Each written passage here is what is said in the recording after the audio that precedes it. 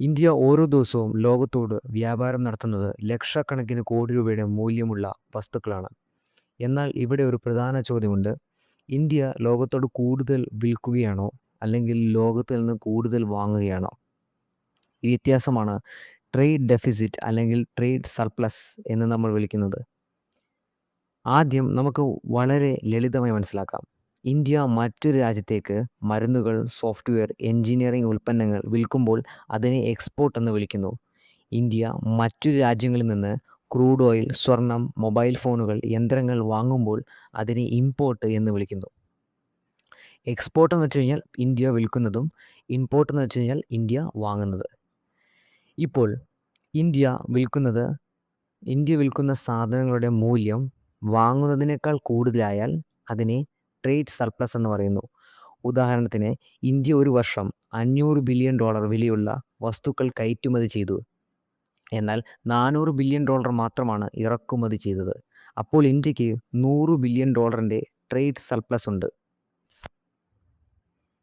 എന്ന് വെച്ച് കഴിഞ്ഞാൽ രാജ്യത്തിന് അധിക വരുമാനം. എന്നാൽ ഇന്ത്യയുടെ കാര്യത്തിൽ സാധാരണയായി സംഭവിക്കുന്നത് ഇതിൻ്റെ മറിച്ചാണ്. ഇന്ത്യ വിൽക്കുന്നതിനേക്കാൾ കൂടുതൽ സാധനങ്ങൾ ലോകത്ത് നിന്ന് വാങ്ങുന്നു. ഇതാണ് ട്രേഡ് ഡെഫിസിറ്റ്. ഉദാഹരണം, ഇന്ത്യ $450 ബില്യൺ എക്സ്പോർട്ട് ചെയ്തു, പക്ഷേ $700 ബില്യൺ ഇമ്പോർട്ട് ചെയ്തു. അതായത് $250 ട്രേഡ് ഡെഫിസിറ്റ്. ട്രേഡ് ഡെഫിസിറ്റ് എന്നത് വെറും ഒരു സാമ്പത്തിക പദമല്ല. ഇത് സൂചിപ്പിക്കുന്നത് ഇന്ത്യ ലോകത്തോട് എത്രത്തോളം ആശ്രിതമാണ് എന്നതാണ്. കൂടുതൽ ട്രേഡ് ഡെഫിസിറ്റ് ഉണ്ടെങ്കിൽ രൂപയുടെ മൂല്യം താഴാം, വിദേശ കടം വർദ്ധിക്കാം, സാമ്പത്തിക സമ്മർദ്ദം ഉണ്ടാക്കാം. എന്നാൽ ട്രേഡ് ഡെഫിസിറ്റ് എല്ലായ്പ്പോഴും മോശമാണോ? അതിനുത്തരം അല്ല, എല്ലായ്പ്പോഴുമല്ല. ചില രാജ്യങ്ങൾ ഉദ്ദേശപൂർവ്വം ട്രേഡ് ഡെഫിസിറ്റ് ഉണ്ടാക്കുന്നു, കാരണം അവർ ഭാവിയിലേക്കുള്ള വളർച്ചയ്ക്കായി നിക്ഷേപിക്കുകയാണ്. എന്നാൽ ഇന്ത്യയുടെ ട്രേഡ് ഡെഫിസിറ്റ് എന്തുകൊണ്ടാണ് ഉണ്ടാകുന്നത്?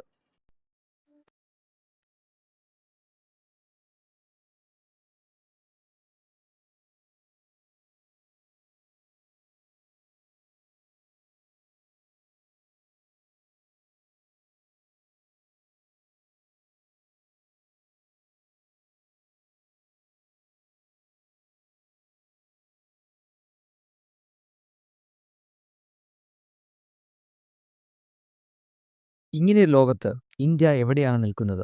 140 കോടി ജനസംഖ്യ, ലോകത്തിലെ ഏറ്റവും വേഗത്തിൽ വളരുന്ന വലിയ സാമ്പത്തിക വ്യവസ്ഥ. എന്നാൽ ലോക വ്യാപാരത്തിൽ ഇന്ത്യയുടെ സ്ഥാനം അതിനനുസരിച്ചുണ്ടോ? ഇന്ത്യ ടോപ്പ് 5 ട്രേഡിംഗ് നേഷൻസിലുണ്ടോ? അല്ലെങ്കിൽ ടോപ്പ് 10 മാത്രമാണോ? ചൈനയുമായി താരതമ്യം ചെയ്താൽ ഇന്ത്യ എവിടെയാണ്? അമേരിക്കയുമായി താരതമ്യം ചെയ്താൽ ഇന്ത്യ എവിടെയാണ്? ഈ ചോദ്യങ്ങൾക്ക് ഉത്തരം അറിയാതെ ഇന്ത്യയുടെ യഥാർത്ഥ ആഗോള സ്ഥാനം മനസ്സിലാക്കാൻ കഴിയില്ല. ഇനി അഭിപ്രായമല്ല, ഈ നമ്പേഴ്സാണ് സംസാരിക്കുന്നത്. നമുക്ക് ലോകത്തിലെ ഏറ്റവും വലിയ ട്രേഡിംഗ് നേഷൻസ് ആരൊക്കെയാണെന്ന് ആദ്യം നോക്കാം. ലോക വ്യാപാരം ഇമോഷൻസ് കൊണ്ടല്ല, നമ്പേഴ്സ് കൊണ്ടാണ് അളക്കപ്പെടുന്നത്. ഒരു രാജ്യം ലോക വ്യാപാരത്തിൽ എത്ര ശക്തമാണെന്ന് അറിയാൻ നമുക്കൊരു കാര്യമാണ് നോക്കേണ്ടത്.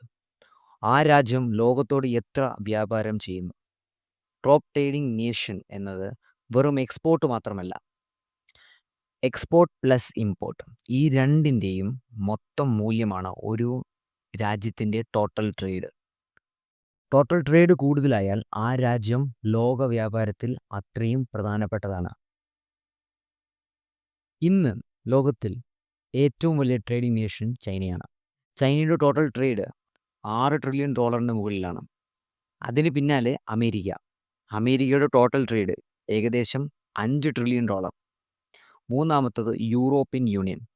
ഒറ്റ രാജ്യമല്ല, പക്ഷേ ഒരുമിച്ചാൽ ലോകത്തിലെ ഏറ്റവും വലിയ ട്രേഡർ. ഇതിനുശേഷം വരുന്ന രാജ്യങ്ങൾ ജർമ്മനി, ജപ്പാൻ, ദക്ഷിണ കൊറിയ.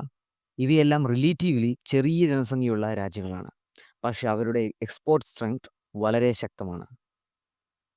ഇനി ഏറ്റവും പ്രധാനപ്പെട്ട ചോദ്യം, ഇന്ത്യ എവിടെയാണ്? 140 കോടി ജനസംഖ്യ, ലോകത്തിലെ ടോപ്പ് 5 എക്കണോമിക്സിൽ ഒന്ന്. എന്നാൽ ലോക വ്യാപാര റാങ്കിൽ ഇന്ത്യ ടോപ്പ് 5-ലുണ്ടോ? ഉത്തരം ഇല്ല. ഇന്ത്യ ലോകത്തിലെ ടോപ്പ് 10 ട്രേഡിംഗ് നേഷൻസിൽ ആണ്. സാധാരണ ഇന്ത്യയുടെ സ്ഥാനം 9 അല്ലെങ്കിൽ 10-ാം സ്ഥാനത്താണ്. ഇത് ചിലർക്ക് അത്ഭുതമായിരിക്കാം. കാരണം ഇന്ത്യയുടെ സാമ്പത്തിക വ്യവസ്ഥ വലുതാണ്. പക്ഷേ വ്യാപാര പങ്ക് ഇപ്പോഴും അത്ര വലുതല്ല. ഇത്ര വലിയ എക്കണോമി ആയിട്ടും എന്തുകൊണ്ട് ഇന്ത്യയുടെ ട്രേഡ് റാങ്ക് ഇത്ര താഴെയാണ്? അതിനുത്തരം ഇന്ത്യ എന്താണ് കയറ്റുമതി ചെയ്യുന്നത് എന്നതിലാണ്. അത് നമുക്ക് അടുത്ത ഭാഗത്തിൽ വിശദമായി പരിശോധിക്കാം. നിങ്ങൾക്ക് ഈ വീഡിയോൻ്റെ ചാപ്റ്റർ 2 വേണമെങ്കിൽ കമൻറ്റ് ചെയ്ത് അറിയിക്കുക. ഈ വീഡിയോ ഇഷ്ടമായെങ്കിൽ ലൈക്ക് ചെയ്യാനും അതുപോലെ തന്നെ ചാനൽ സബ്സ്ക്രൈബ് ചെയ്യാനും മറക്കരുത്. നിങ്ങൾക്ക് ഇതിൻ്റെ നെക്സ്റ്റ് പാർട്ട് വേണമെങ്കിൽ കമൻറ്റ് ചെയ്ത് അറിയിക്കുക. Until then, I am Ashwin Srijan signing off from InfoSpace 24/7.